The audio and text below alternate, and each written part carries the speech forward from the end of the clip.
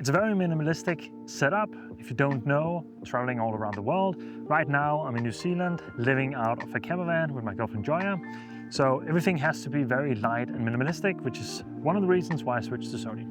But before we get into what's in the camera bag, I just wanted to show you a few of my favorite clips that I've shot over the past month with the exact gear that's in this backpack.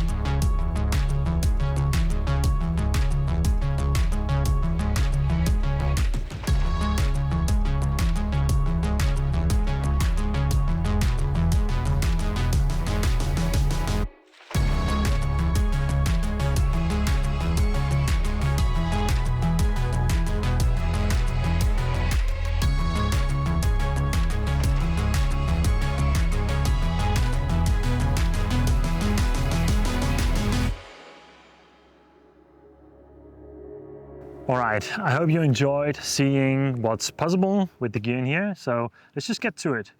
As said, the camera bag itself hasn't actually changed. This is the PGY Tech. I think it's called 1Mo2 backpack, something like that. There's plenty of reviews on this. I'll leave exactly what it is down here and a link in the description. You can look it up.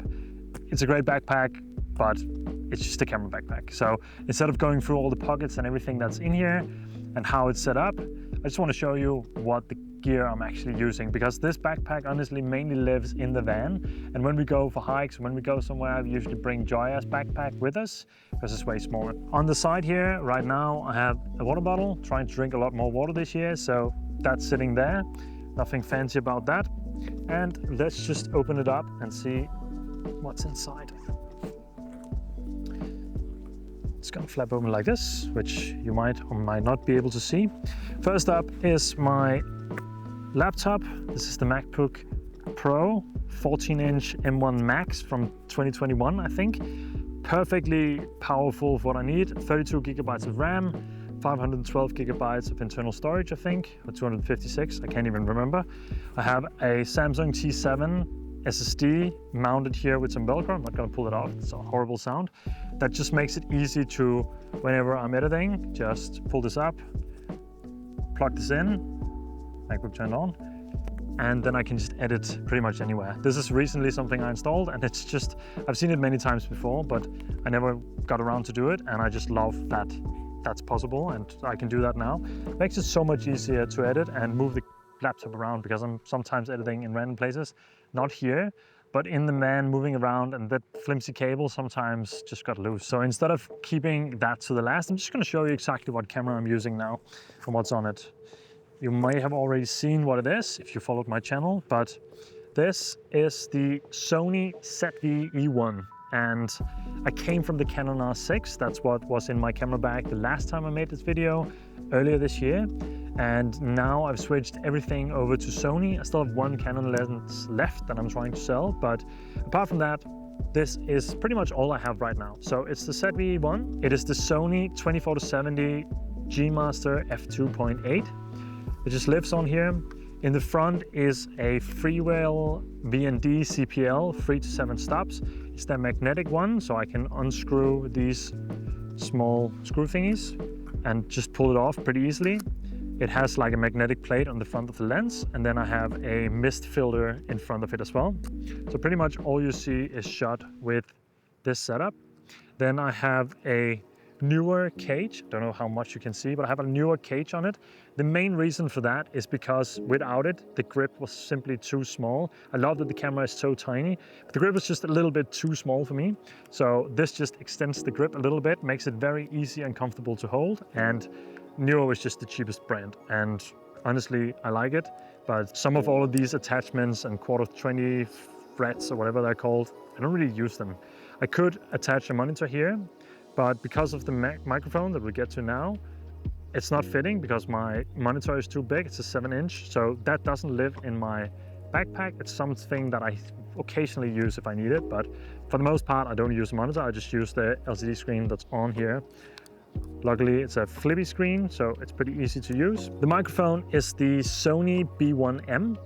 I didn't used to have a microphone or shotgun mic on my camera like this, but I honestly just love this microphone so much. It has a lot of functionality on the back here that I don't really use or set up that often. I kind of just leave it as it is. No noise cancellation, digital on the front speaking mode, and then on auto for the levels, and that works pretty well most of the time. It's a pretty expensive mic, but the audio quality that comes out of this is just amazing. I didn't know that I really wanted this. Right now I'm recording with the DJI mics that also lives in here. This is the version 1, so no 32-bit float or anything. I do like those, and I do like the mobility of being able to sit up here.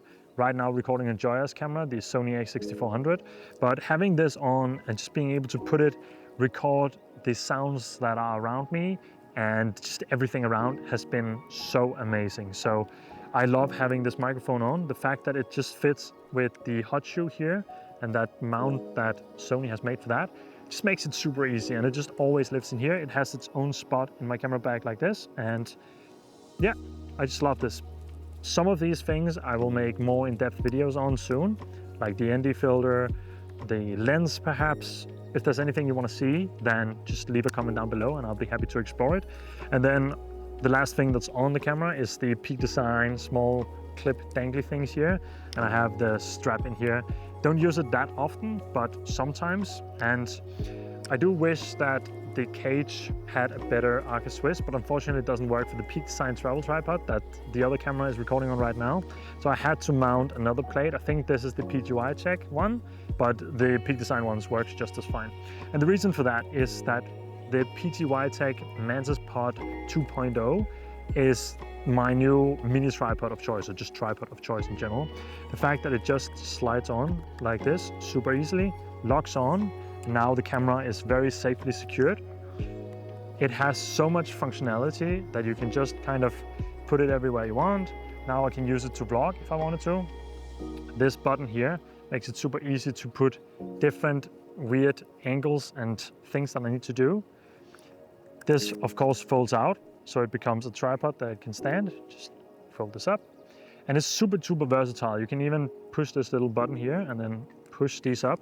Now it becomes very flat, and yeah, just has so much functionality in it, and it just has made everything so much easier to just clip this on and then put the camera in weird places. It also has a little clip here in the back, so you can actually hang it off of stuff and then turn the camera around, obviously, which has just been a really cool feature to have as well, to mount it in different weird places, especially in the van where there's not that much space. We have some small cabinets and stuff that I can just tag that onto, and then we can just have the camera hanging there. So this is the primary setup that I shoot with most, all the time, because I don't have another lens.